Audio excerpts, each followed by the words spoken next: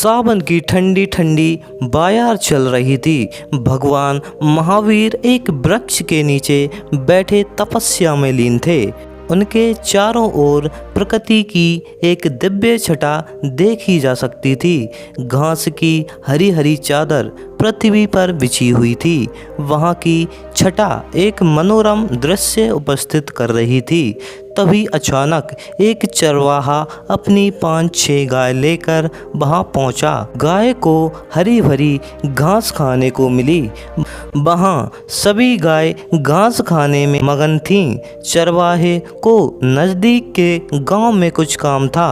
उसने सोचा क्यों ना मैं गांव से अपना काम निपटा आऊं। तभी उसने देखा तो पाया महावीर ध्यान मुद्रा में बैठे हैं। चरवाहे ने भगवान महावीर को पहचान लिया और हाथ जोड़कर कहा, प्रभु मेरी गायों पर नज़र रखना, मैं गांव से जल्दी लौटकर आता हूँ। चरवाहे को ऐसा लगा भगवान महावीर ने उनकी बातों को सुन लिया, जबकि ऐसा नहीं था। वह अपनी तपस्या में लीन थे। चरवाहा वहाँ से गांव की ओर प्रस्थान कर जाता है। कुछ समय बाद जब वह लौटकर वापस भगवान महावीर के पास आता है तो वहाँ उसकी गाय नहीं होती हैं। गाय हरी भरी घास को खाते खाते कुछ दूर निकल गई थीं। चरवाहे ने भगवान महावीर से पूछा, मेरी गाय किधर हैं? कृपया मुझे बताइए। इस पर कोई उत्तर न मिलने से वह काफ़ी व्यथित हुआ। आसपास उसने अपने गायों को ढूंढा किंतु नहीं मिली।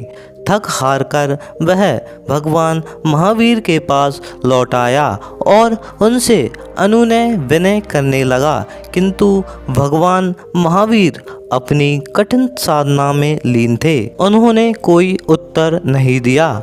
चरवाहे को लगा कि उनके साथ मजाक हो रहा है। यह गाय हो सकता है इन्होंने ही छुपा ली हो। अब यह ध्यान लगाए बैठे हैं। चरवाहे ने कमर में बंधी हुई गाय की रस्सी को खोला और महावीर पर वार करने के लिए जो ही आगे बढ़ा, उसका हाथ एकाएक रुक गया और अदृश्य रूप से आवाज आई, अरे मूर्ख, तू किस पर प्रहार कर रहा है? तू जानता नहीं यह वर्धमान है जिसने राजपाट, मोह माया, धन संपदा का त्याग किया है। इन्होंने तेरी गायों को नहीं छुपाया है। चरवाहा स्तब्ध रह जाता है। कुछ देर बाद गाय चारा खाकर वापस भगवान महावीर के पास लौट आती हैं। चरवाहे को अपनी गलती का आभास होता है। वह साष्टांग दंडवत कर भगवान महावीर से क्षमा मांगता है और वहां से अपनी गायों को लेकर चला जाता है।